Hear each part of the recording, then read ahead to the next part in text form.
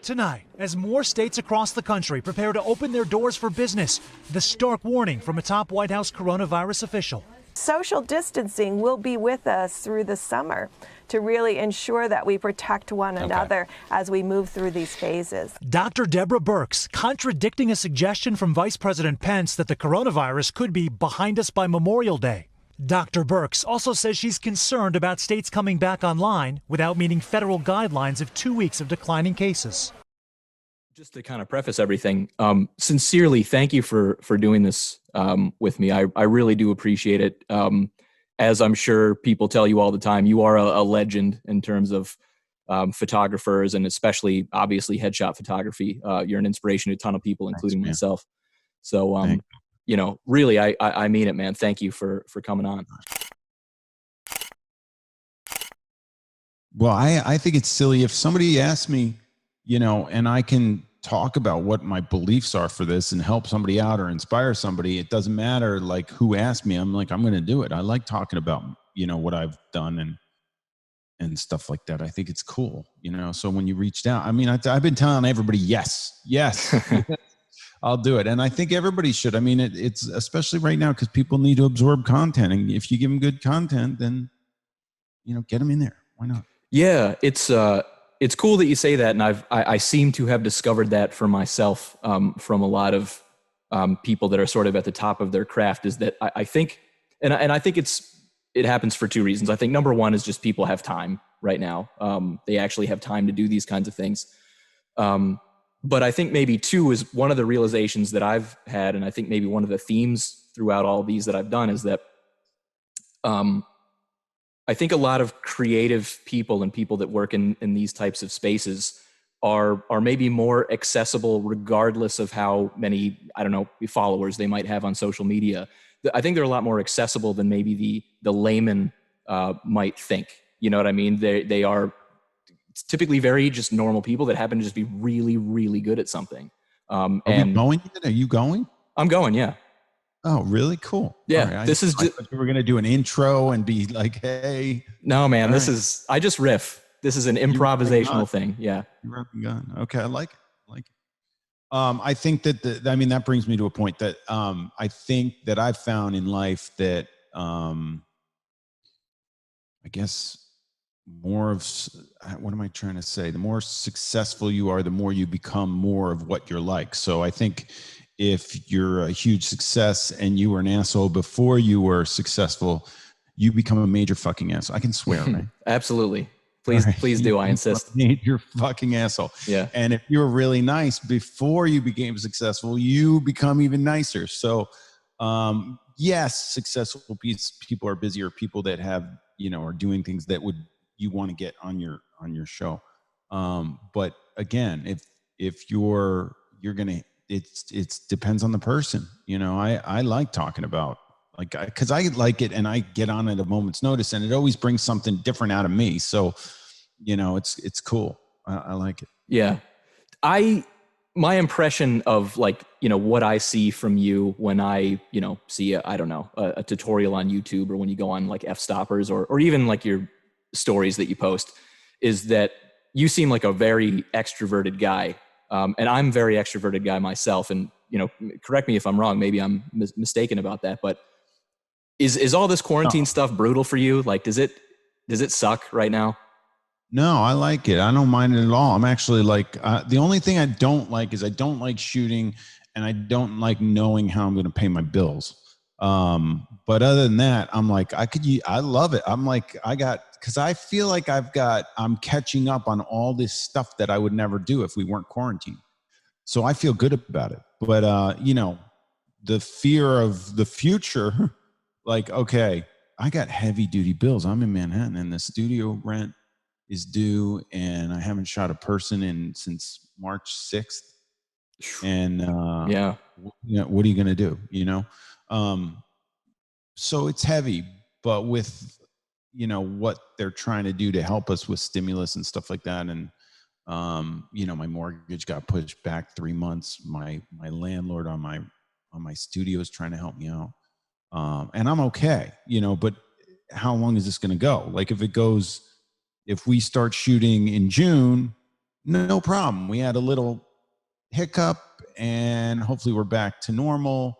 However, are people going to pay the rates that they were used to paying before? And why should we change our pricing? Because like, they're not going to change what they're getting paid wherever they go, and I mean, unless they lost their job, of course, that's different. So it's like, it's going to be a little rocky, I think, in the beginning. But you know what it has done for me is it's made me understand my spending. Now I was like, wow, like I haven't purchased anything except for food for over a month, and maybe food and vitamins and a couple. I wanted to do some workout. I bought myself like a belt to go around my waist to work out. That was about $20. That was about it. So, I mean, it's really unbelievable to look at your spending and understand exactly what it takes for you to survive with your family the way you are right now on, just food in it. And I think a lot of people are doing that, just trying to, and knowing that is just kind of like, wow. And then looking at the things that you do spend money on, like you're paying your Netflix and Hulu's and, your, all my other bills and stuff, and what's important, what really matters to me, and everything. I was like, everything I got is pretty much, I didn't cut anything. I cut a little bit of, $14 off my Hulu, I think. And that was about it. Yeah. It is funny. It's such a wake up call. All it takes is like Armageddon for people to kind of, look inward to say, wait, is this stuff, is my lifestyle maybe as necessary as I thought it was? Yeah. Yeah. I mean, I was in quarantine getting out of this thing. And I remember, like, I don't have them on now because I was working out with my trainer through Zoom, actually. But I wore the sneakers I have on right now, I've worn for over a month. The jeans, I have one pair of jeans that I've worn for over a month almost every day. I changed my t-shirt. That's about it. And I was looking at my wardrobe, and I think the percentage of cash that I spend on my wardrobe, I would like to be stylish in New York City, Right. I was like, I haven't used any of it for like an entire almost 2 months now, or isn't that a month and a half? And I'm like, and I haven't bought anything wardrobe wise. And I'm like, and I usually spend, whatever. I buy crap all the time. So I'm like, wow, this is a wake up call. This is kind of cool. Now I can like actually maybe pay attention to some savings, instead of just spending it all. Yeah. Yeah. I can't imagine. I mean, I'm in the Philadelphia area, so I'm not too far away, but I'm certainly in no Manhattan type of situation right now. And, I just can't imagine what it's like being in the absolute epicenter of the world at this moment like that. And I think, correct me if I'm wrong, did you actually contract it, or you thought that you may have gotten it, or what was that situation? I might have gotten past it. I have to get checked for the antibodies and see if I actually had it. I tested negative after being in quarantine for 2 weeks. So I might have gotten it through my system. And then I don't know. I never got a fever, but I never get headaches, and I was all stuffed up, congested, and a mess, and had a headache for like 2 weeks straight. That was horrible. And I was like, I never get headaches. So I don't know whether I had that or a flu or a bad cold, but I want to get the antibody tests to see if maybe I did. I don't know. I mean, they say it affects everybody differently. The scariest thing is that asymptomatic carrier person who's cruising around giving it to people. I hope I wasn't one of them. Right. I mean, that's the scariest thing about this whole thing, because we could go back to work and everybody come in and do a photo shoot and be like, I'm fine. And you're really not. That is the thing that until there's a vaccine, it's going to be interesting. How the heck am I going to photograph somebody if I can't touch them? I can't adjust their clothes. I can't adjust their hair. My makeup artist is going to have a hell of a time. Right. Yeah. I guess we'll have masks, and we'll have a ton of Purell, and just get it done somehow with people that are, willing to do it. The clients have to be willing to do it. Being a portrait photographer in this day and age is tough, but worse being a concert or a sports photographer. Totally. Like crazy. Yeah. Yeah. All the event stuff. One of the things that I've been talking about a lot lately with a lot of my, so I've had a number of like travel photographers on as well. And clearly they're kind of in this, I mean, everyone's kind of in the same situation, but, they're just sort of like, there's this common theme of, let's suppose they decide, okay, you can get on a plane now. I wonder, at what point of like a new normal of, okay, this is just what life is, after, I don't know, 3 months, 6 months of not getting on a plane, even if they say, feel free to get on a plane, do you necessarily want to get on a plane, even though they say, the government or whatever says it's all right to do so? I have a feeling that a huge amount of people will kind of say to themselves, I'm not so sure I want to get on a plane, or I'm not so sure I want to go to a concert. Exactly. Like, it's going to be on a person to person basis. I mean, it depends on their lifestyle and what is most important to them. Is life important to them? A lot of people are probably saying, I can handle this. Only X percentage of people die from it. I'm going to risk that and jump on a plane, and no big deal. For me, it's not about, I feel like a pretty healthy individual. I feel if it hit me, I would hope that my body could handle it, but we never know, right? So I would be more apt to jump on a plane if I needed to for a job. I would do that. I have to teach a workshop. I canceled all my workshops. I got to go back to Australia. All these people paid for my workshops, and I got to go back there and I got to teach them. So, yeah. And I want to go back.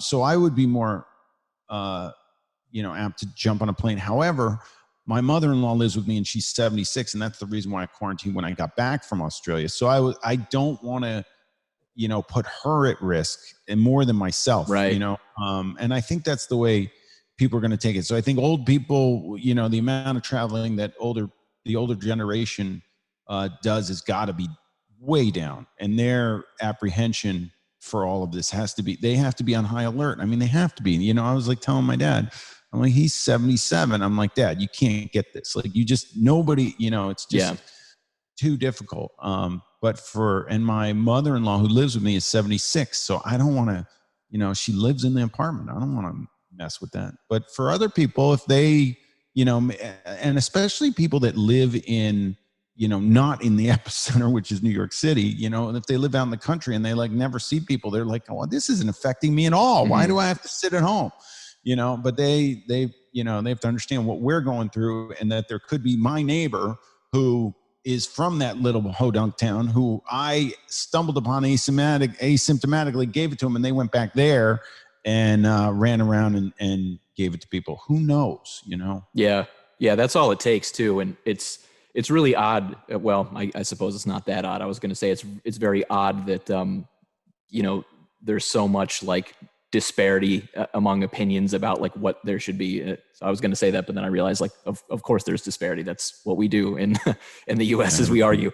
But I mean, it's really, it's just a very bizarre time that we're living in, and it's hard to know what to make of it, because even the experts don't seem to have any kind of unanimous, what is this, what is it going to take, et cetera. I mean, the medical community does seem to be pretty pat in terms of like, social distancing and all that. But it just seems like every day there's this new question mark where you're just like, well, what the hell does that mean? It's just this new thing that seems very distant from like whatever the reports were maybe just a few days prior. Like I remember when the thing came out where it's like, oh, by the way, you might not be able to smell or taste anything for a couple of weeks. And I was like, what the fuck is that? Yeah. Remember that? Yeah. Then everybody's like, oh, wait, let me eat something. So let's see if my taste buds are in order.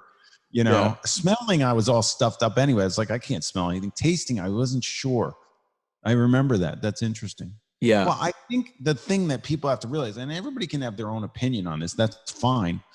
But the fact is that you have to be accountable for other human beings' lives. Like you could not give a shit and walk around and have no gloves on and no mask and roll around in, on a park bench or something. I don't know. I mean, that's what we were yesterday. My wife was like, we're not sitting on any park benches. Right. So I was like, okay, no problem. Yeah. You don't know where this is, but the point is that you're accountable for other human beings. Like, you don't want to kill somebody. I don't want to kill anybody. I don't want to be responsible for killing somebody because I was reckless and I didn't give a shit. Mm-hmm. You know, there at some points people have to go, oh, wait a minute, hold on, it's not just me. I mean, we do live on the planet together, you know. Yeah. But that being said, I get that everybody can have their own opinion on this, and it's fine. But you know, I think when it hits home for somebody that's not giving a shit about it, it'll hit home pretty hard when they understand that they killed their mother or something because they were not taking this seriously. Yeah. You know, unfortunately that could happen. So, you know, it's crazy. I agree. Yeah. I mean, it's so easy to look at just statistics and numbers. And I mean, I'm not going to say I don't do that. I'm not going to be Mr. Moral High Ground here and say all you people that do that and don't value human life are terrible or something. Like I, you know, when you just go through and you think about heart disease and just all these things that kill people all the time, it's like, I know I do that to some degree, but, you know, it is interesting to think that, like, you know, you can look at it and say, oh yeah, it looks like maybe 100,000 Americans are going to die here. But, that doesn't really hit you emotionally, just thinking about it in that context. But you're right. Like if even one person is your aunt or whatever, I think that's enough to change people's minds dramatically that sort of aren't taking it that seriously. Well, yeah, I mean, but again, like, you know, maybe it didn't, you know, people be more serious about it if it hits them personally. You know, if you ask 100,000 people's a lot of people, but in the scope of this country, there's a lot of people in this country, you know, but I think I mean, I haven't had anybody, I've had friends of friends that have died because of coronavirus, but I haven't had anybody personally that I know. Fortunately, fingers crossed that doesn't happen. But, you know, think about it like if you they're referring to the Spanish flu of 1918 or whatever. I mean, 50 million people or something died. I mean, that's crazy. Can you imagine like the news going out during that? Like, how did they get news to people?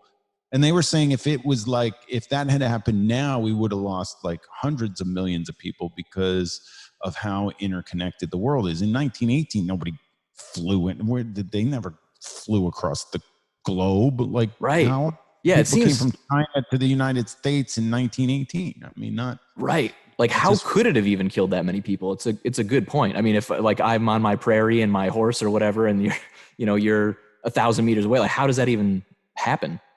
It must have been the same situation. Like, it was as contagious, and they just didn't. Maybe people just they couldn't get the news out either. Like, I don't know. Did they have TV in 1918? They must have.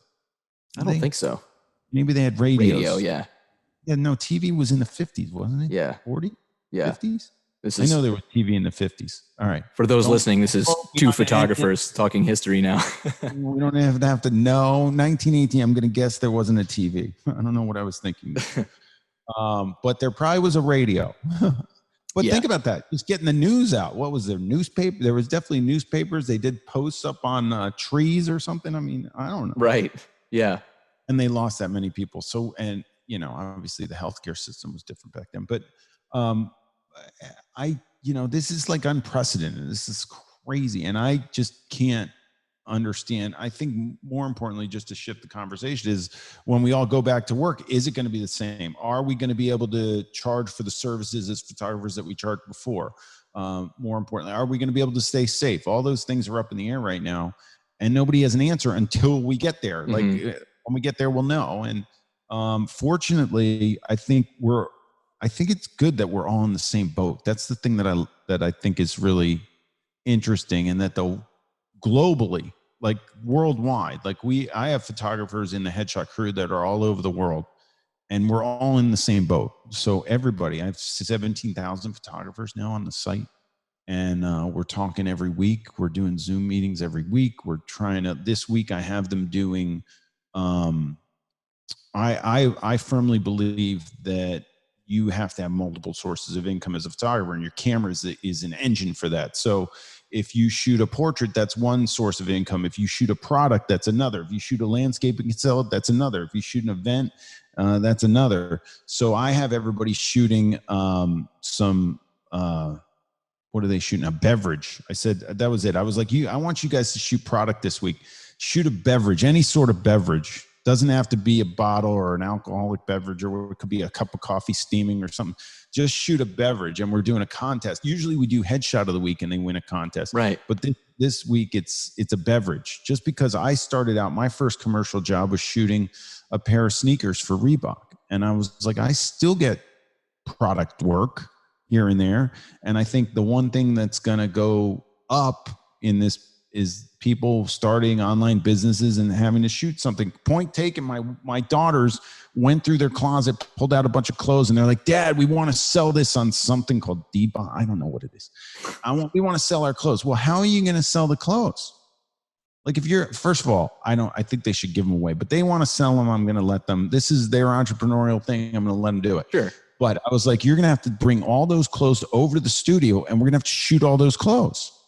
So this is just coming from my daughters. Immediately, I'm like, wow, imagine everybody wanting to do, like, this is something that you could get into, some product photography. Yeah. Yeah. It's funny. It's I keep like having to repeat this quote because it always seems so relevant, but like the quote, only at the precipice do we evolve. You know, the idea of like, we're at this point where, you know, you can feel like the $1 billion ideas like percolating amongst people. Like there's going to be a lot of stuff that's going to come out of this that's going to be really impressive. You know, there's some apps or who the hell knows, like some things that we couldn't even imagine yet. And like I keep telling my wife, I'm just like, oh, my moment's coming. Like one of these days I'm going to wake up and that light bulb is going to come off and I'm going to have my, you know, my $1 billion thing. It hasn't happened yet. You better hurry up. You only got a couple months left. Yeah, of this quarantine. You better get your brain on. Well, I'm hoping that maybe when it happens in the wintertime, like I've been hearing, that maybe that'll be my, you know, I need to be in the cold or something that'll activate it. It's interesting. My wife wanted us to bail on New York because it was the epicenter. Everything was going on. Right. We were told that they were going to lock down the city. She freaked out we wouldn't be able to get toilet paper and food or whatever. I was quarantined and I got back from Australia and quarantined in the studio. So I'm 2 blocks away in my studio, sleeping on a couch without a shower. I showered like once in 14 days of quarantine because my wife like opened up our apartment and everybody went in other rooms, and then she cleared out the bathroom and I went in and I showered and ran out. Anyway, you know, it was like crazy. And I was thinking, and she wanted to go rent a house somewhere. You know, we were going to go to my dad's house on the Jersey Shore, but one of my brother's nephew went there. So I was like, I couldn't go there. And then she's like, no, you got to rent a place. And she freaked out the day Trump was like going to lock down the city and not let people leave. And I was like, there is no place in the world I would rather be than in my apartment 2 blocks from my studio, where I can get to my studio and I can work on stuff. And this is where I want to be. I mean, I want to be here, you know, and I'm fortunate that I'm 2 blocks away and I can throw a mask on, throw some gloves on and be here in 3 minutes. You know, and I have been coming every day and working every day, kind of like it's normal, not quite normal because I'm not shooting. Right. But I've been brainstorming, I've been working on ideas, doing things. I haven't been very thrilled with my amount of productivity, you know, because when you're sick, I was sick for the first couple of weeks, you can't be very productive. And then now it's like, you know, I should be happy with any productivity because a lot of people are just sitting around doing nothing, watching, you know, Tiger King or whatever. Yeah. And, guilty as charged. Guilty, by the way. Me too. But you know what I mean? It's like, I'm here, I'm in the studio, I'm looking, I'm trying to figure it out. And I've been, like I set this setup. I never had this before, you know, the whole mic and podcast dealio thing I got going on here. Yeah. Anyway, I just feel like if we had gone somewhere and I was sitting on a couch with a laptop, I would not be as productive as I've been. And I don't feel like I'm working. I don't know about any other photographers that are listening to this thing, but if you can make a living at photography, it doesn't feel like work to me. Totally. I mean, I never feel like working. Totally. At all. Well, correct me if I'm wrong, you got into photography because at a certain point in your life, you were on the other side of the camera, correct? And then isn't that how it evolved? It was just good looking. It just was easy. Yeah, you're probably right. No, I got lucky. I don't know. Somebody thought I was good looking enough to model, so I ended up doing it for a couple of years. It was hard. It was really tough. I don't know. Being judged, like just to get into an agency in New York is hard, and meeting the bookers and them scoping you out and being like, is this person going to make me money? Am I really going to get behind the looks of that human being right there? Right. It's just a weird thing. And then you're seeing other guys that are your age and your demographic, and they're going up for the same job as you. I'm like, that guy's much better looking than me. Why would they look me over that dude? Look at that dude. He's like a specimen. I got nothing, it's like, and going through that every day is tough. But you know what it did? I threw me into, I didn't make enough money as a model because I wasn't good looking enough. So I had to bartend, and I was acting too. I wasn't a good actor. I was just not talented enough to do that. Those guys are amazing. The people that can really act, and I love photographing them because it's so inspiring to be part of their path and, getting these jobs, because as actors' headshots, they need them to get going. So Right. when somebody's talented, I love it. It's amazing. And then when you help them get a job, it's like unbelievable. I just love it. So, but for me, I was the actor, model, bartender in a bar, and I was like, I'm not going back. And I came back to New York, and I was like, I'm not going back into a bar. I don't want to bartend. I was tired of it. I did that. I was at like the hottest bar in town at that time, this club, and I was like rocking bartending. I loved it when I first started, but after 2 years of it, I was like, this is crazy. I'm done. I was tired. I was over it, and I picked up a camera because I was like, I got to figure out how to make money another way. And I thought photographers are cool. They're really cool. They got a cool job.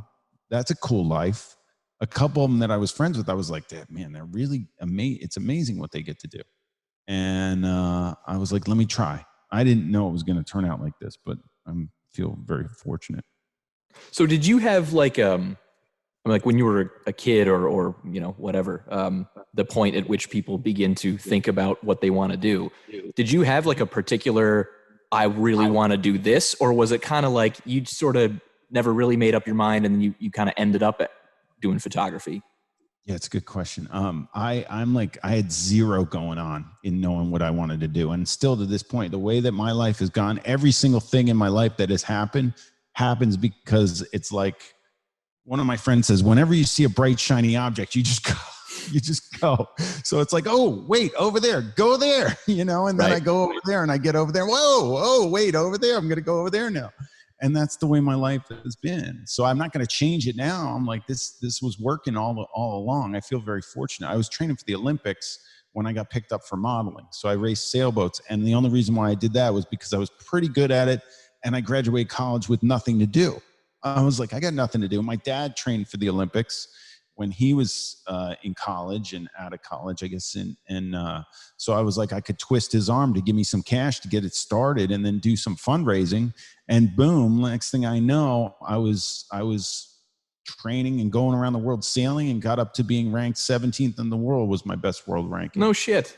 And I made the U.S. sailing team in 2000. So I picked up a camera after that, right after the Olympics. So so it was like graduate from college on the 5-year plan. Not very smart. I wasn't very smart. I barely made it through, but I went that extra year, and that was huge for me because the boat that I had sailed became an Olympic class that year.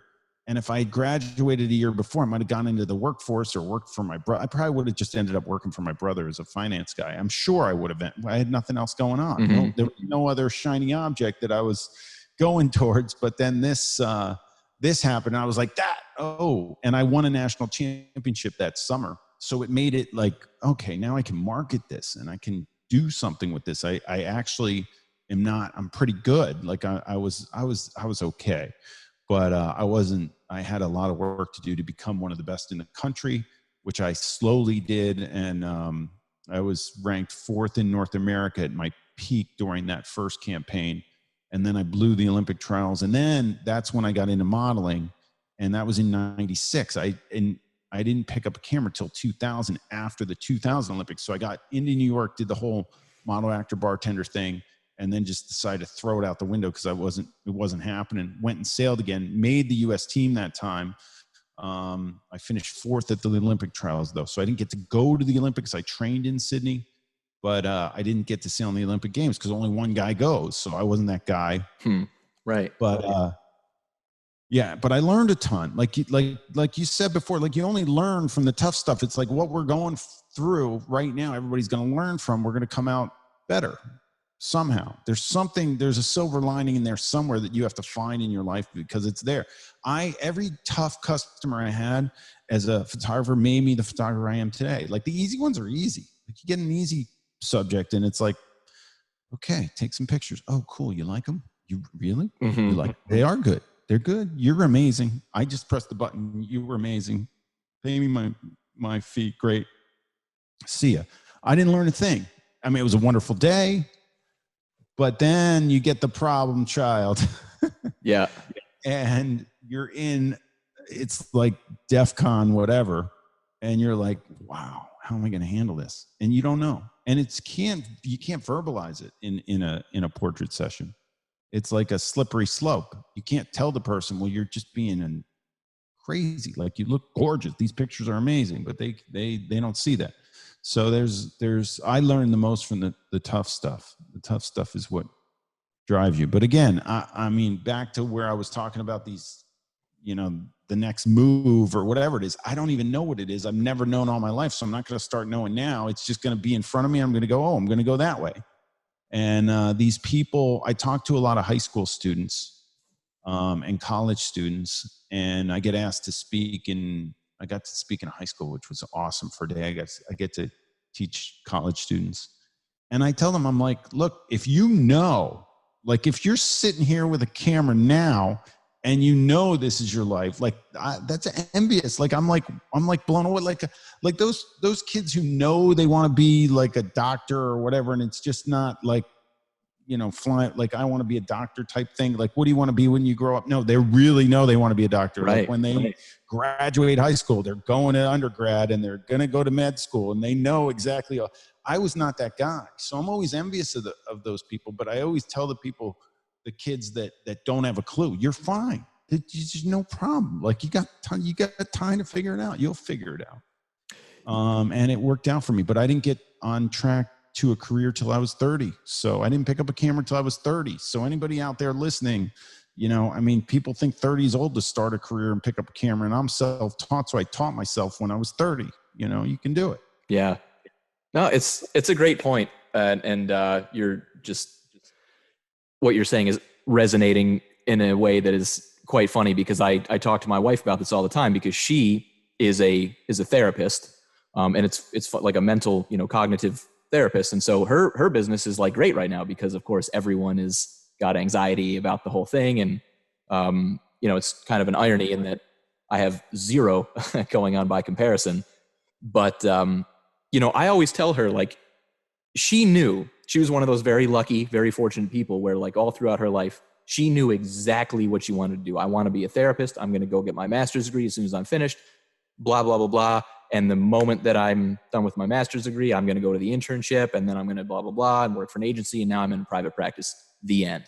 And I tell her, it's like, and I suppose that this must be more true maybe with people that are kind of more in that creative brain category. I'm just guessing here, but that, like, we have these, I don't know what the hell I want to do. I know what I like. I know what's fun. I know what maybe turns my brain on. But the majority of those things don't really make you money, or they're really, really hard to make money at. There's not like an easy track, like you said, working in finance or something. Not to say that's easy, but at least it's been done and proven, and it's a consistent model as to like how to live and work and that kind of thing.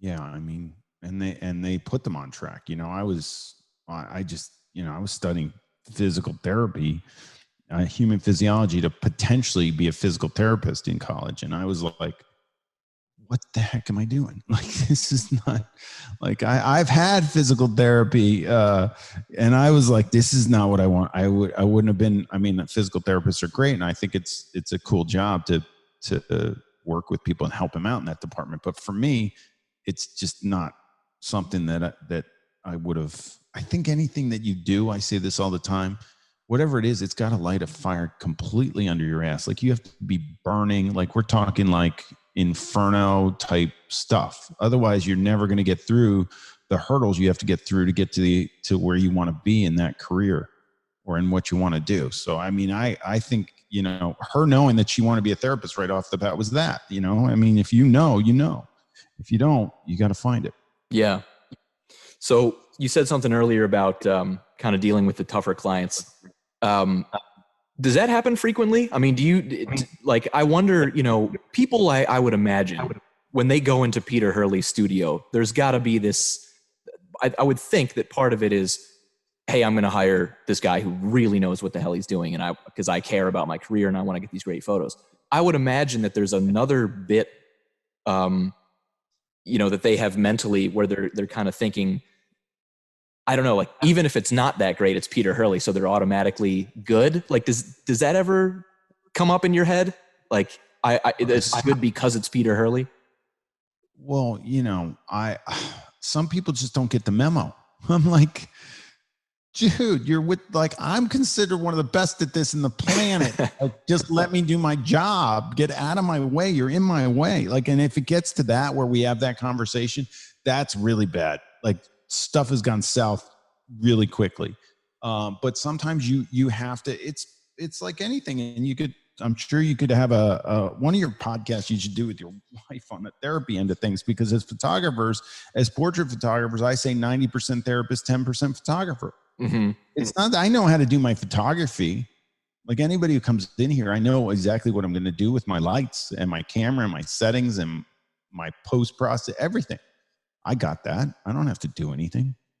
You know, 10% of it is like, okay, I got to adjust for the glare in the glasses or this person's face, or I got to adjust a couple things here and there. Technically, maybe, you know, their skin doesn't reflect the light, doesn't absorb as much light as I thought it would have. So I got to do a couple adjustments, or I'm just not getting the highlights out of it that I want or something. But that's 10%.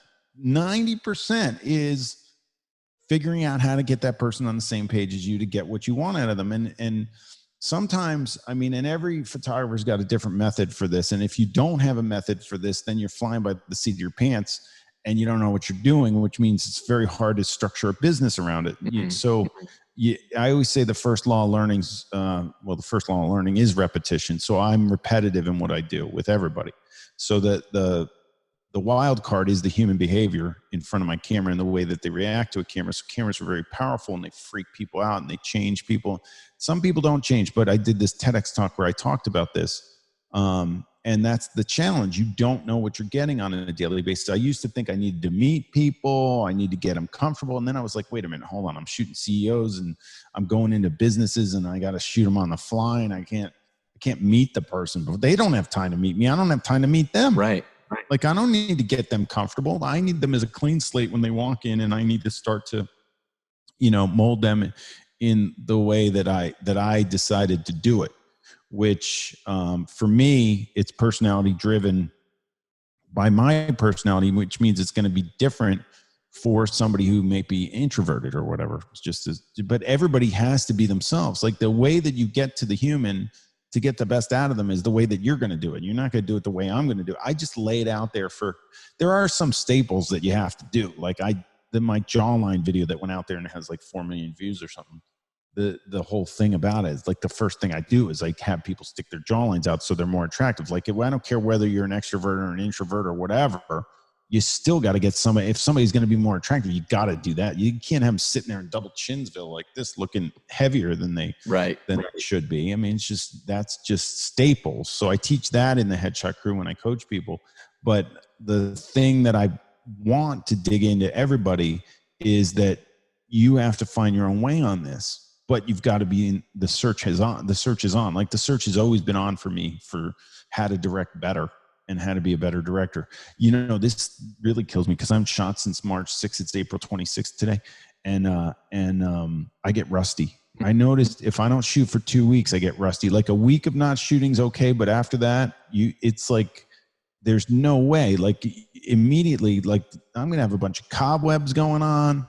I'm going to have like, oh my gosh. Yeah. And it's not technical. The technical doesn't get rusty. You don't get rusty on a camera setting. You know where it is. You know, you don't get rusty on lighting.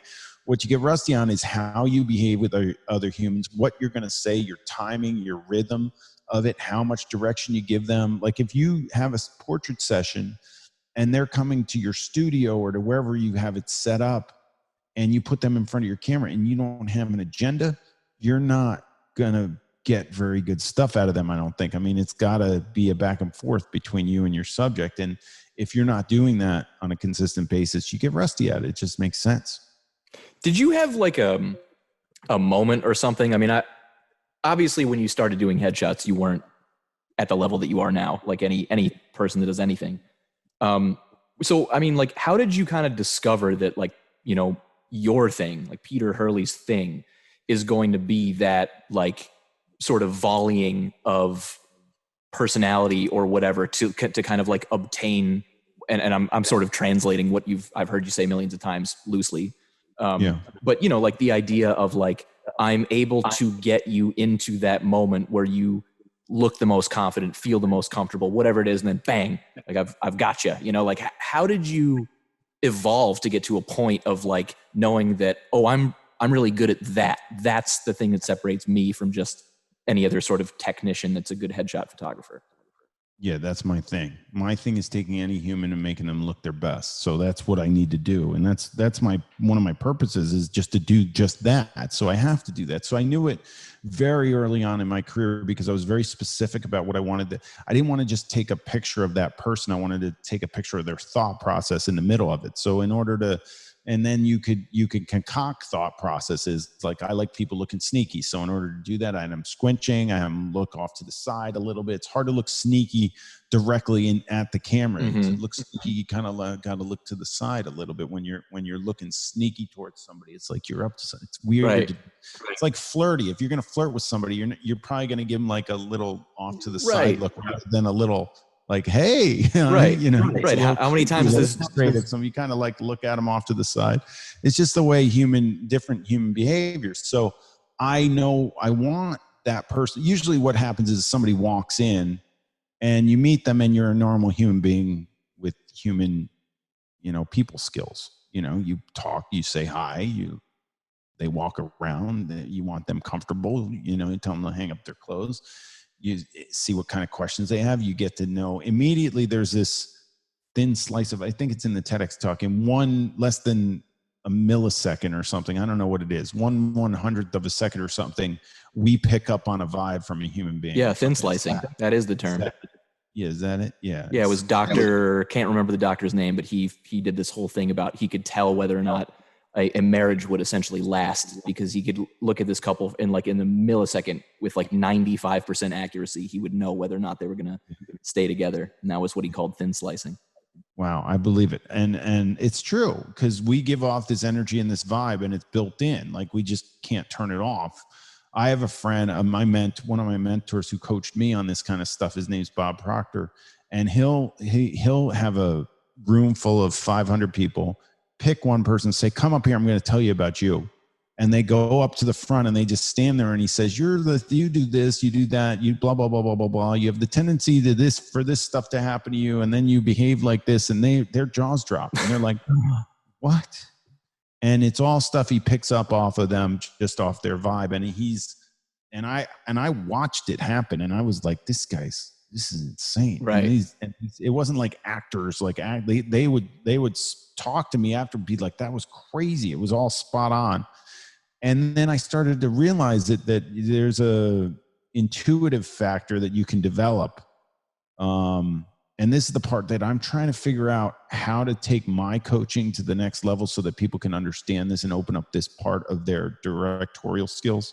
But I do it. So if somebody comes in and I instantly get a vibe, and then I know the words that I feed to them or the behavior that I partake in is dependent upon what I feel from them intuitively. So it's I don't have a way to define it. I don't have a way to tell you I do it. I don't know why it works or how it's evolved. All of that stuff I'm trying to do, because if I could can it and put it into a book or something, you know, I could say, hey, I realize it now. This is what I do, and this is how I do it. And most of my coaching isn't for me to say, hey, here, do it my way. It's for me to say, hey, this is a process that works for me. You have to have a process that works for you. You have to be thinking along these lines in order to find it, because I believe it's like a gift. Like when an idea pops in my head and I try it with a subject, and I'm just like blown away sometimes because I don't know where I came from. It came out of the ether. Like it just popped into my brain. Right. And I just did it. And then I was like, oh my gosh, I'm going to do this for the rest of my career. Like one day a guy walked in and he was a CEO, and I was used to shooting actors, and I would always direct actors because I was an actor. I'd be like, put them in scenes, and I'll be like, imagine that you just walked in to take this headshot of yours, but instead of taking the headshot, we're shooting the cover of GQ because you just won your Oscar, and I want you to behave that way, and I'm going to treat you that way. So by the way, how was it working with Marty? Pretty good, right? Yeah. Anyway, I'll talk to them like that, and they freak out. They love it. But then I had a CEO walk in, and I was like, I don't know what to do with the CEO. I could make a whole scenario with an actor. That scene with Julia with the wiffle balls, was that one take? Oh, it was? Man, you're flexible. That is unbelievable. And they just they eat it up. They love it. Right. And with pictures, you can do. They can't do that with the CEO. It's a little strange. And they're like, and CEOs, and I always work off laughter. So laughter is important to me. So if somebody's laughing on a shoot, they're just, number one question I get, how do you get your subject to relax? You get them to forget about the camera. That's it. You don't say relax. Has anybody ever said relax to you and you're like, oh, thanks for telling me. I feel so much better. There it is. There we go. I really needed it. I really needed that. Anyway, the point is I had a CEO come in one time or a business guy. I don't remember. It was when one of the first sessions I did. And I remember these points in my career because those are the ones, like I said, that were tough. So he walks in. I was like, okay, he's not an actor. I can't treat him like one.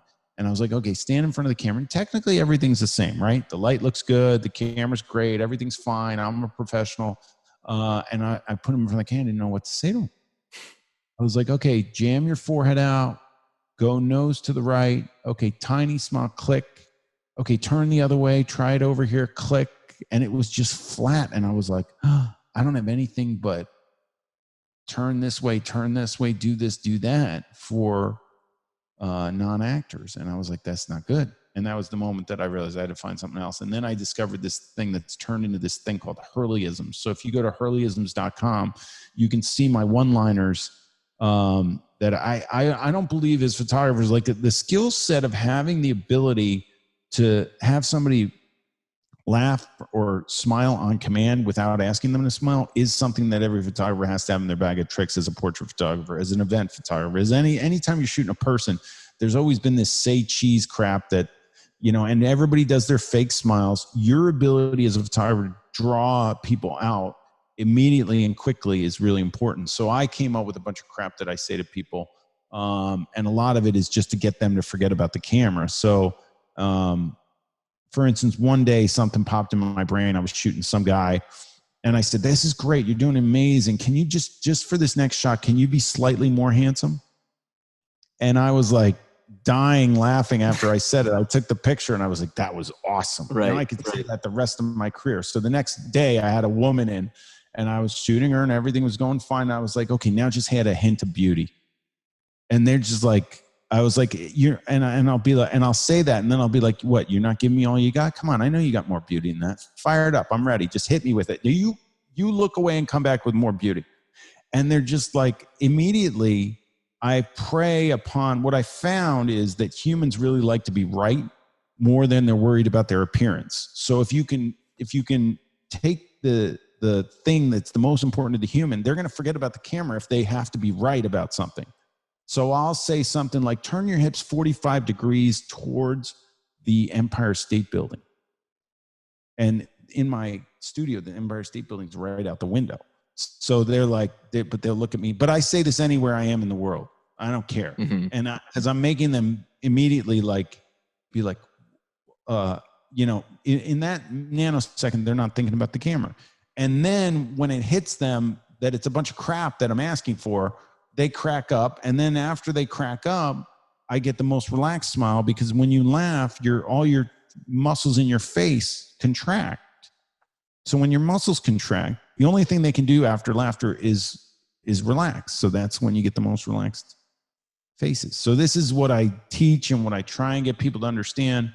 Now, that doesn't mean if you're an introvert and a quiet, shy person that you need all your people cracking up the whole time. Don't feel that at all. That's not it. But you need to be aware that you have to create a atmosphere for your person to flourish in and not be, you need to figure out a way for them to forget about the camera. That's it. Whatever it is your way, that's fine. But you got to work on that on a daily basis till the day you put your camera down, because it doesn't end. Like, I'm never going to go, oh, I've arrived. You know, Malcolm Gladwell says it takes 10,000 hours to master something. That's right.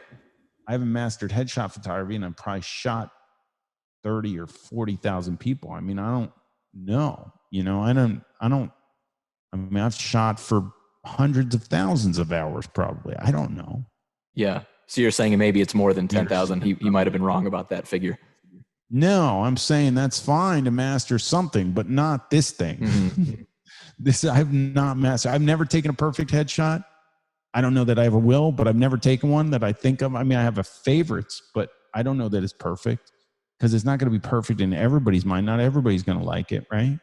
And and I'm not done. So I don't. That's why I don't like these things.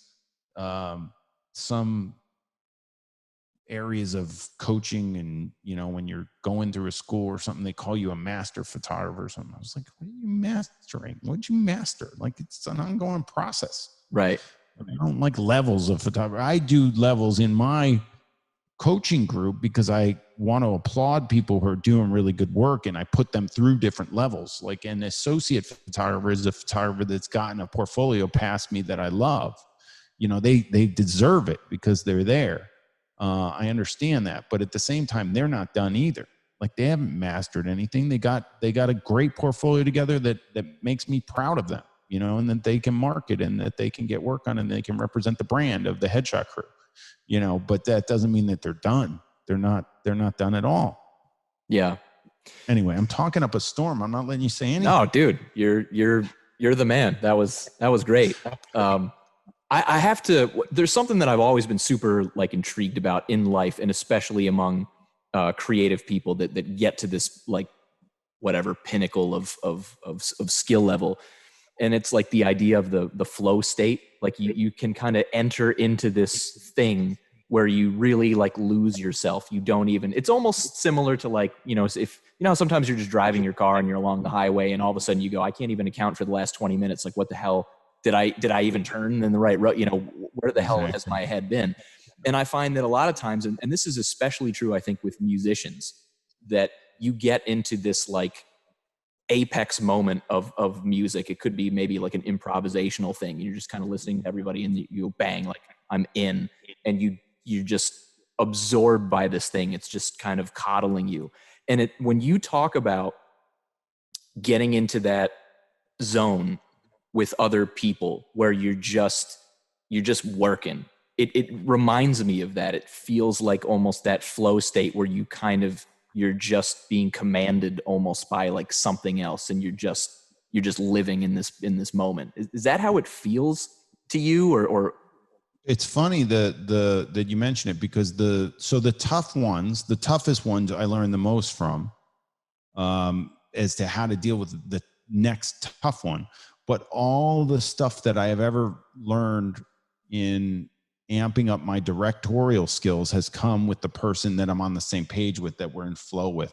When we're in flow, what it does is it opens up your thought process. You're not mired in like, oh my gosh, I got to get a good picture of this person. You're actually going, wait a minute, we're collaborating together. This is actually awesome. This is what I picked up a camera for. And then all of a sudden your brain just starts feeding you the most beautiful stuff. And if you don't write it down, like I would write down everything, I'd be like, this is amazing. This session's going great. And you try things, and you're not afraid to try them, because everything that's been going on is so good. It's that flow state where that happens. And it's rare. And it's basically when your energy collides with another human and you're on the same page. And it's really cool. It's really powerful. I love it. I try to get every client there. And sometimes you can, and sometimes you can't. And sometimes it just happens right off the bat, and sometimes it happens at the end of the session or throughout the session. All of a sudden you go, wow, all those pictures at the beginning suck compared to these. because now we're here. And then I have to shoot longer because I was like, well, I don't want to even look at those because this is where we're at. Let's continue down this path. And that's something that, you know, everybody should want in their career. It's amazing to be able to do and to have the time to do. In my own studio, I have a lot of time when I'm out on the road and in, you know, shooting a celebrity or a big wig corporate person. You know, I shot the CEO of Deloitte, and I had, they're like, we're on a strict time schedule. You know, you have 20 minutes here or a half hour or something here, and then we got to go somewhere else for another 20 minutes. So you have like, you know, I think I had an hour. I think I had a half hour at each spot. And I got in and I shot. I was directing this woman, Kathy, and she, I was like, okay, I want you to get in front of my lights. I'm going to take a few shots. I took a few shots. She took my direction. I always shoot tethered, so I wanted people to see it. So I brought her around to show her, and there were like I had taken 4 pictures. And I said, but the one on the screen, I always wait till I get something good. And I was like, yeah, that's pretty good in 4 pictures. It took me like a minute. And I was like, let me show her so she gets a sense of what we're doing. Let me show you so I give you a sense of what we're doing. And she came around, she looked at it. She goes, yep, that's the best picture I've ever seen of myself. Thank you very much. She turned and she walked away. And I was like, this is like in a minute. It's like, I have the time stamp on the images. It was less than a minute. And she's walking away and I'm going, I hope I got this. I mean, they were paying me $6,000 and I was like, oh, geez. I was like, it is good. It is good. It is good. But it could have been better, in your opinion, had you had, you know, more time.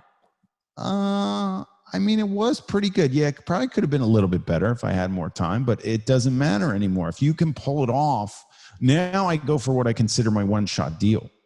So I used to shoot because everything that you need to do, if you feel you need to do something to get the person warmed up or better, is a crutch for you not being as good of a director as you should be.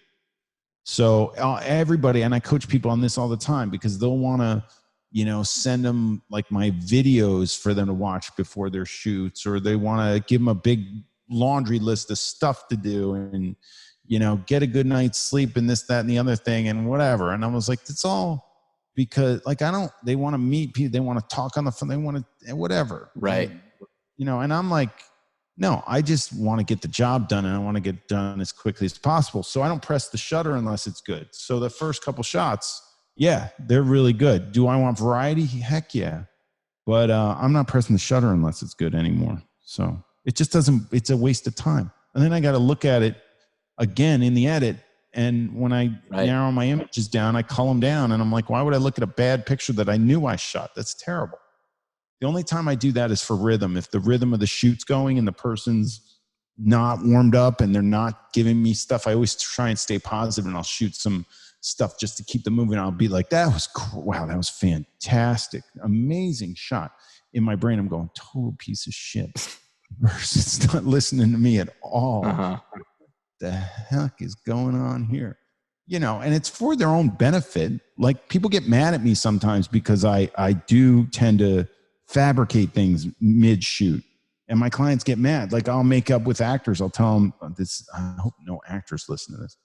I'll tell them that I'm working on my first independent film. I did a bunch of commercials, did some music videos way back when, and now I'm doing an independent film. I just got a budget. We just got funded. It's on. It's great. Do you have an agent, by the way? Oh, by the way, can you turn to the left, drop your front shoulder down, bring your forehead out for me, give me a slight smile. And then they do everything that I asked for at that moment. Right. And then afterwards, after the shoot, they'll be like, well, when can I come in and audition for you? And I was like, I was just kidding. And they're, well, what? Yeah. I was like, you got great pictures. Come on. I was an actor. Come on, work with me. Gotcha. Yeah. Do you find that there are like maybe certain types of people or certain, I don't know, occupations or something that people tend to be better at relaxing or maybe worse than relaxing? Like I've got to figure that actors or aspiring actors are you know, the camera's on them anyway, right? So they're probably sort of good at that. And here's the reason I'm asking. It doesn't translate like that. So it's still totally one-off. It depends. Yeah, I mean, I've had actors that have had big careers and big stuff go on and worked with me, and like their face was like a rock. I couldn't move it. They were so petrified by the camera. Still camera, the ability in front of a still camera is a lot different than motion camera. I mean, think about it. You're acting and you're not playing yourself. In front of my camera, you're yourself and you can't move. You know, when you have a script and you have something to do, you can get into that character and hide behind that character.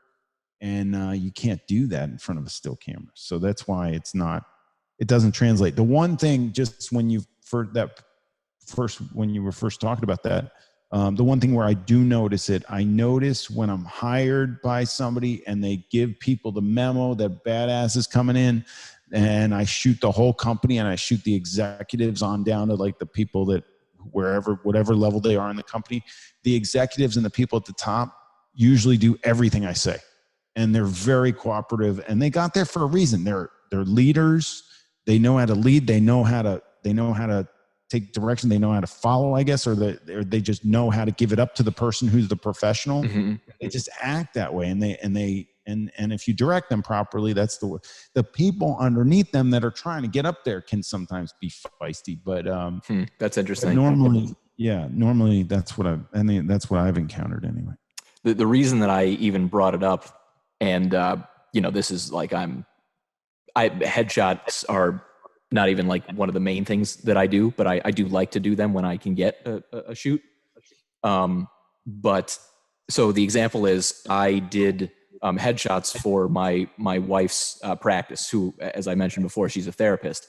And what I kind of came away from that thinking is that people that are very like self-analytical, as therapists tend to be,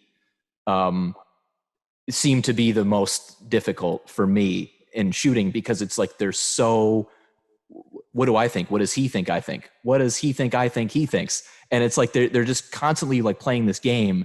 And you mentioned earlier how like you've just got this really good innate ability to get people to kind of unwind and that sort of thing. I feel that I have that ability as well, but it's much, much harder when I have the camera in front of me, and I'm I'm doing all this stuff. And it's like, I felt like such a doofus because I wasn't succeeding at it, and it was like, God, some of these people are tough, and I like them too. They're, great people. I have relationships with them, but the moment that we get into that, like, vanity, stage, it's like they went ice cold on me. It's happened to me a bunch with psychologists, actually. The TEDx talk that I did was with a psychologist, and Anna said that she couldn't understand how I got her to behave the way that I did in front of the camera. And that's part of the reason why we were doing that together.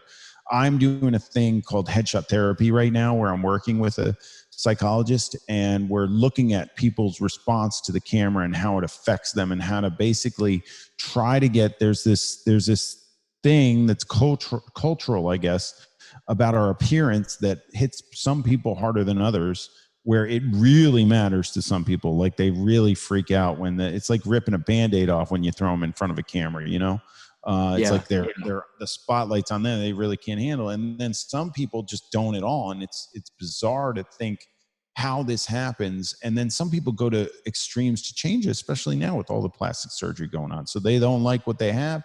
They go through these extremes, and who knew? And then it's like, wow, that's crazy.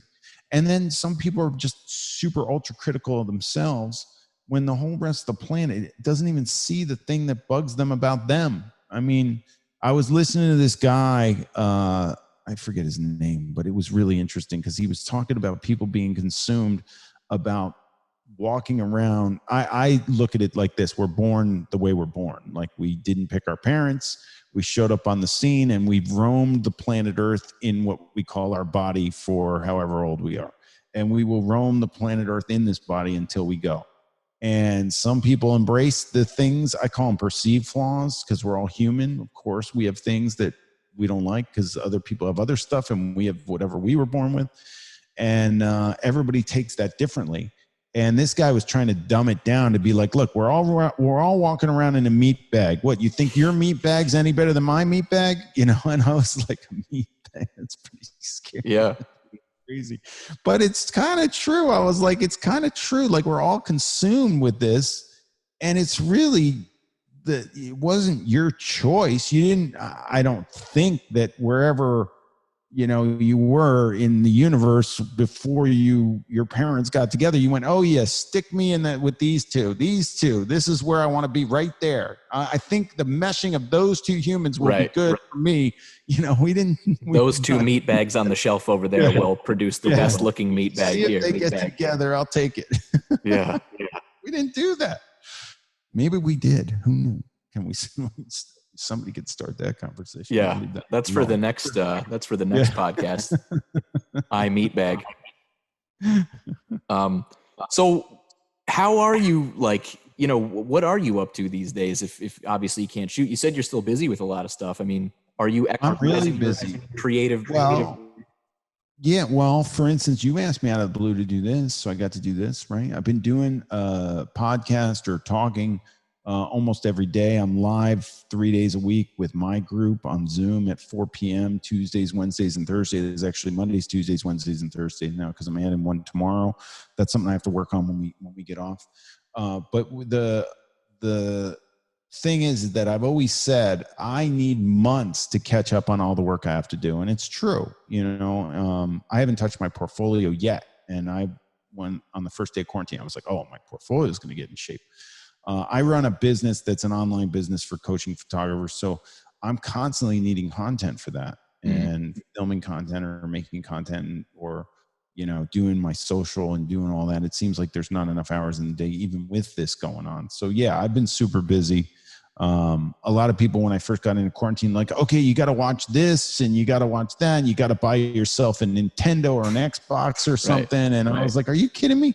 Like, I needed this. Like, I'm good. Like I really am enjoying diving into things that I wouldn't allow myself to do because, I was too busy on a day-to-day, and I put enough pressure on myself as it is to be a success in whatever I'm focused on. So now I'm like, okay, I can actually kind of sift through these ideas and really see what I can do. And I've kind of looked back at areas of my life where I made big changes and what I was doing then and what I was thinking and where I'm at now. And I think, and I said this on I did a Creative Live podcast thing too. And it was like, when you set, I'm big on goal setting. So you set a goal, you achieve the goal. What happens is if you don't create a new goal for yourself, you kind of get in this comfort zone and you're on a hamster wheel and it feels comfortable, but you're just spinning wheels. You're getting it done. Your life's fine. You're going about your merry way.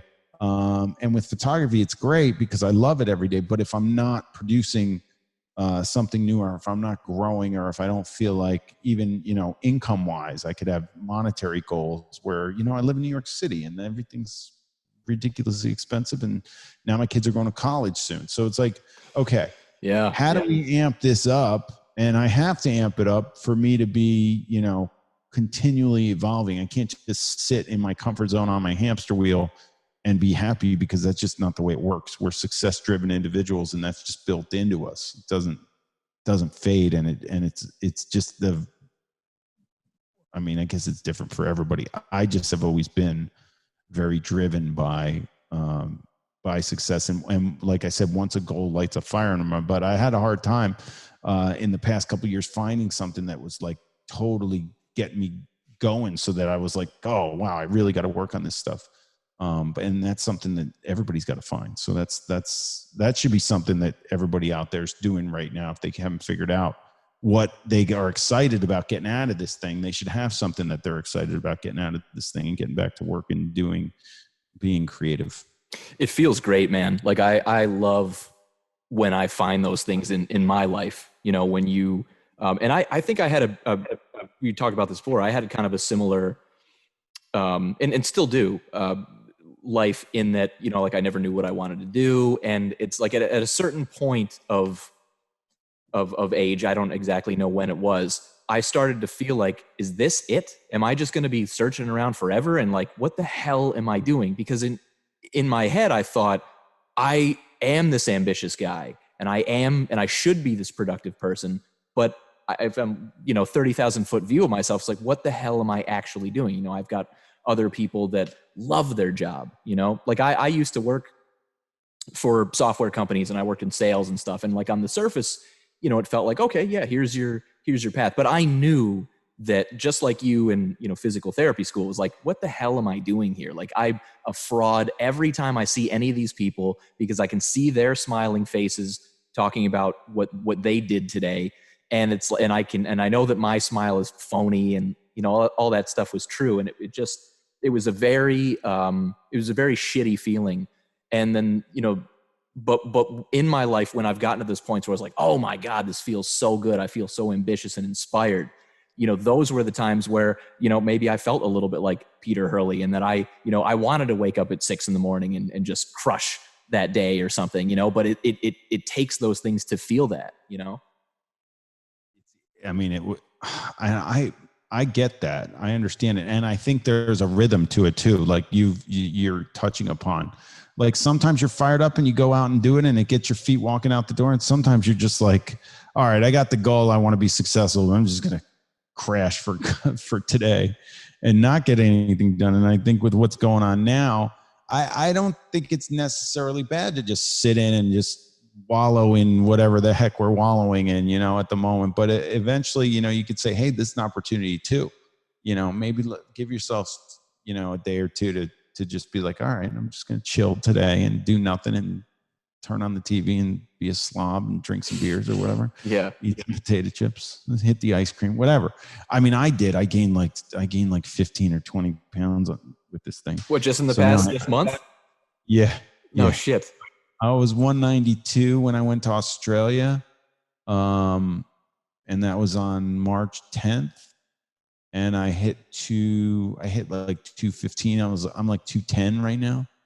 So I gained like 18. Yeah. I gained. Anyway, so now a couple days ago, I was like, I just worked out with my trainer and I was like getting together, but I was like, I'm going off the deep end here. And that's just the way, I've always been like that with weight and stuff. That's just my thing. What did the trainer say? I assume, was it the same trainer pre-Australia as post? Yeah, he knows me. He knows my drill. He knows that I'm going to do what I'm going to do. Yeah. The thing about my weight gain and weight loss is that it's become a part of my life. Like I just do it. So I have confidence in, it's all based on, obviously partially working out, but it's mostly all diet. So if I eat whatever I want, I'm 210. It's just the way my body is. I'm 210. And then I get to 210 and I get sick of it. And I'm like, I got a gut now. My abs are underneath, are in there, but there's a layer of fat on it. And I've always been an athlete. I've trained for the Olympics in the boat that I sail. The optimal weight is around 185. I think I could sail it at 186 or 187 maybe and be happy. I got down to 183 a couple years ago and it was a little bit light, but I want to be around 185 when I race the boat. So I had a world championship in Australia that got canceled because of this. So the minute it got canceled, and I wasn't eating any carbs, I do intermittent fasting and keto, the keto diet. Yep. So I was doing that full on going down there, and I was hovering right around 190. And but I had a regatta before the world championship. So I was like, I'll lose the 5 pounds and get down to 185 during, like, as soon as I get to Australia. I had 10 days. I think about 10 days between that and the regatta. I was like, I can lose the 5 pounds in the 10 days because I was on track to do it. And then they canceled the regatta. And the minute they canceled it, I was like, okay, world champions is canceled. Give me the beer. Yeah. Give me the fries. Hit me with that burger. I'm eating the bun. I'm going. I'm like, I was going to breakfast. I was having a waffle, poached egg and bacon on top of a waffle with syrup. And I was like, I went nuts. And then I got on the plane. I got back here and I was in quarantine. And I was like, okay, well, now I'm just going to slob it up. Doing it. Some ice cream, And then I got to a point where I was like, okay, we've been in this long enough. Let me get focused again. So, anyway, I just started it again. So I was like, once I hit 210, I was like 211 a couple days ago. I was like, all right, I'm done. Can't go. I was like, I can't go past 210. I'm past 210. So I got on the scale. I was 208 this morning. I started 2 days ago, and I'm going to just continue. And and I shaved when I was in Australia on March 17th before I got on the plane. And so I haven't shaved since, obviously. And I decided that I wasn't going to shave till I'm 195 again. So I'm 208. So I got some time. We'll see where the beard goes. I like it. Yeah. I've never seen the Peter Hurley It actually does look much like a seafaring type of beard at this point. You know, Yeah. you look like a sailor now. I only had one once before, and that was a couple of years ago. And I had the long hair and the beard. And then I was at WPPI. I think it was like 2016. It was 2015 or 2016. I forget. Anyway, Sue Bryce on the Kansas Stage shaved my head, but I kept the beard. So I had this beard with a shaved head, and I don't remember how long. I kept the beard for a pretty long time, and then just got rid of everything. Mm-hmm. What did the wife think about the shaved head with the beard? That must have been an interesting look. My wife's awesome. She likes everything. She likes me to change. So I asked her about this, and she's like, "Yeah, I love it. If I shave, yeah, you're great. If I grow the hair out, yeah, it's great. Short hair, yeah, perfect." She's like, "I just feel like I have a new boyfriend all the time. Every look you do." Like, okay, cool. I'm good. Keeping it fresh. The weight gain and stuff, she doesn't even care. She's like, "Yeah, you're ripped. Okay, great. You got the abs and everything. Oh, you're fat. Great. Now, you know." Yeah, more comfortable to lay on or something. I mean, my fat I'm not that fat. I don't get to, I was 230 once. And I had to, this was 20, yeah, so I must have shaved my head in 2016 because this was in 2015. I was 230 pounds on January 1st, and the World Championship was in July, and I had to weigh 185. And I got there. So I lost 45 pounds from January 1st to July 10th or something. And I went out and got second at the World Championship. By the way, I had no idea that the weight, I mean, it makes sense. But like, I had no idea that it was that specific in terms of like, there's a difference between say like 185 and 187. I mean, it's essentially like a fighter or something prior to a fight. It's that level of scrutiny. Well, the hull of the boat weighs 130 pounds. So you're in a boat that weighs, less than you. And then it's just, if your competitor weighs 10 pounds less, imagine taking a 10-pound weight and putting it next to you on a boat, when you're going in light air and, drifting through the, you just like light air guys, like they just crush me when I'm heavy. And when it's windy, that extra 10 pounds, imagine it's on your shoulders and you're leaning out, just how much, of a factor that is. If you've ever seen sailing, it's called hiking, and you get I used to wear water bottles on my chest that we would fill up and put them on when it got windy. So now there's like an all around weight where you don't want to be too light. You don't want to be too heavy. Honestly, I just do it because it keeps me healthy and it keeps me fast in the boat, and it allows me to be competitive. Like most of the competition in my class, I do it by age group now. I did sail against the Olympians and stuff in Japan in the summer last year, and I got my butt kicked. But it was interesting. I enjoyed it. I mean, I was out there, I qualified, and I was like, I'll go sail against some Olympians. And there were 160 boats, and I got 132nd in the world or something like that. So you beat some Olympians, though. I don't know if any of the guys behind me will go to the Olympics because they probably can't qualify. So I don't know. I mean, I might have beaten some Olympians in a race. Hey, that's pretty cool. There are some guys there that I used to sail against. One of the guys who was the best when I was the gold medalist multiple times was sailing against me at this thing, and it was cool to hang out with them. I mean, these guys are professionals. They keep doing. I'm a weekend warrior. Like I just do it because I enjoy it, and it keeps me in shape. Yeah. So. Can't take the man out of the boat or whatever the expression might be. Yeah, right. Yeah. I know what you mean. Yeah. But the weight thing is a huge thing if I'm 190 and I'm 185 in the boat, it feels like a night and day difference to me. Just the 5 pounds. So anything over 190 to me doesn't feel great, but a lot of the guys I sail against that are really fast weigh more than 190. So I don't know. It's just but for me, 190 is, I want to get more ripped than that usually. So 185 will do it. Right.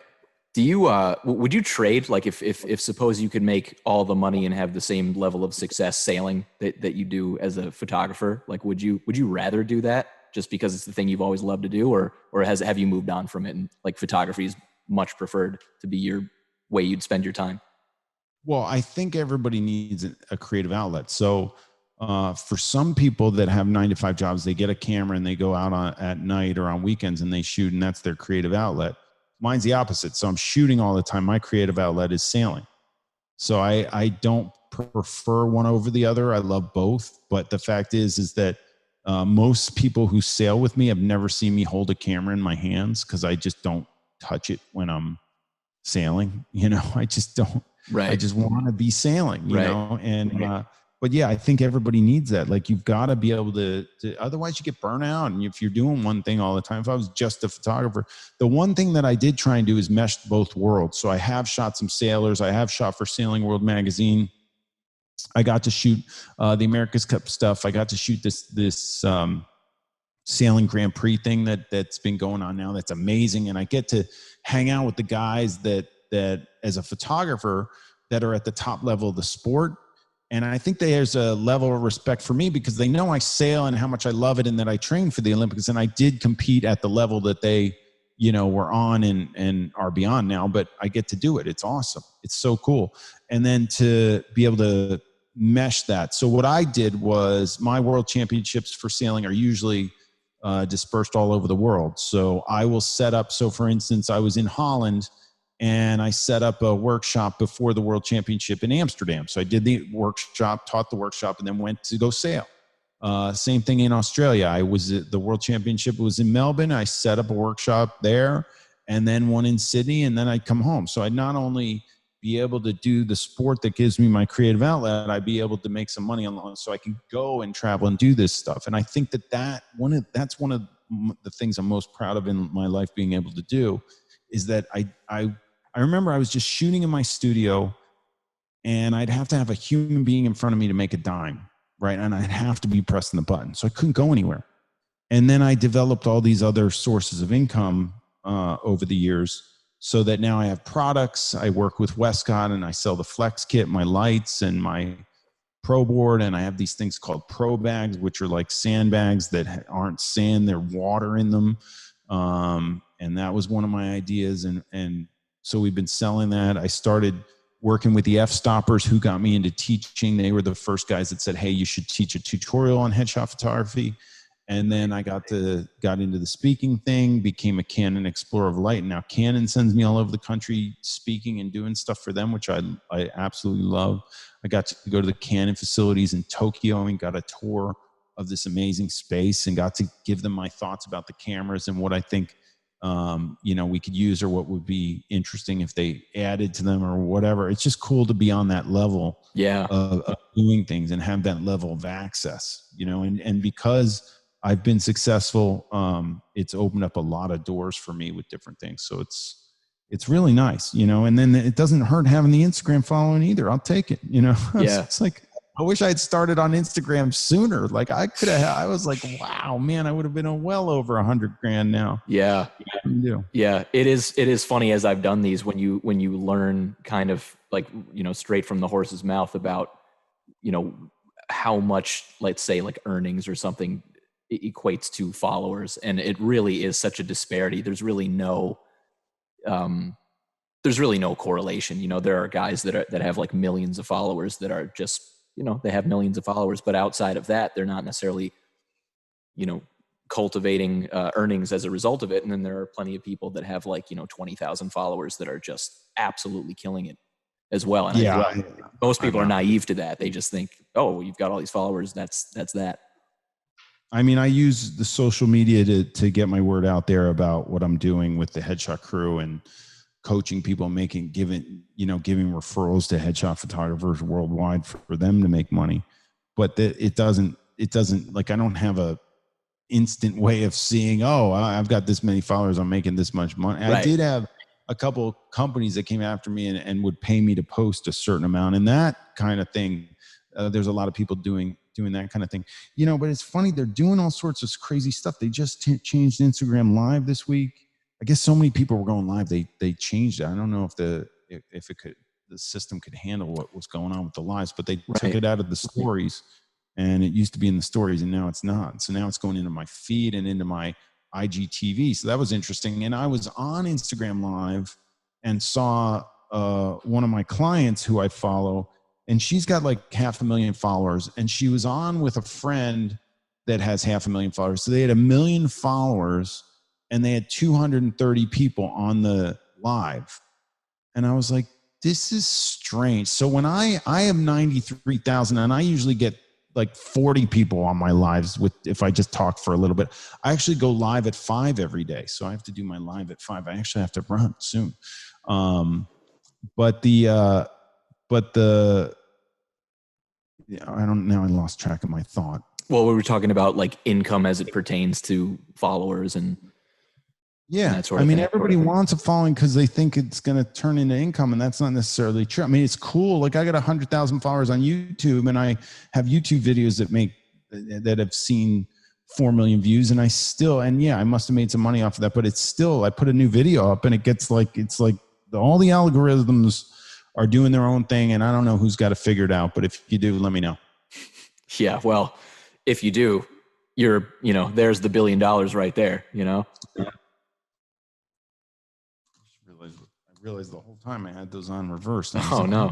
My ear funny. Well, it's just one mic. I'm not, I'm doing no stereo magic here. So right. It's the same signal either way. Yeah.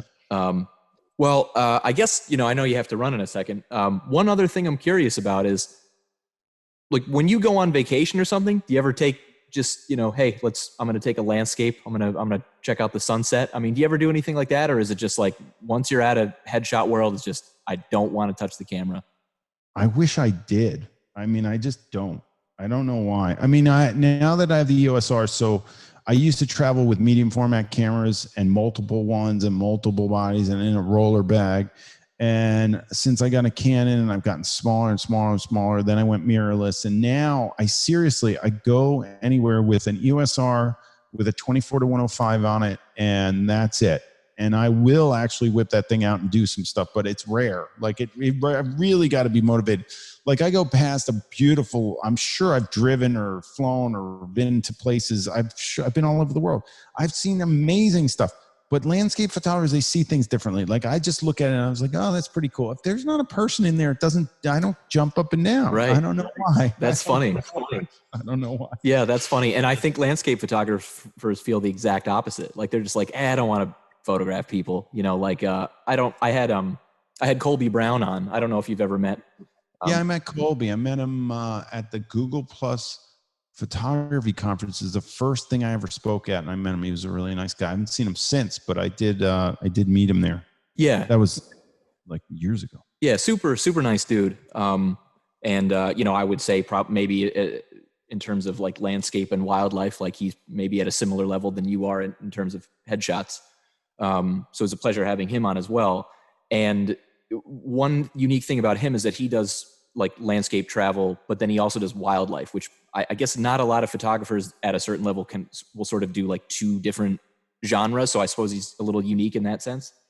And I would say like, if you're ever hanging out with like, he's friends with like Elia Lacardi, who's like another big, landscape guy. And I'll say, like, will Elia come with you on like I'm going to go shoot, leopards in East Africa or something? And it's just like, nope, like no interest in shooting wildlife with me. And it's just funny. Really? Yeah. It's like you guys get so good at something and it's almost like the inspiration elsewhere is just like, I don't want to deal with it.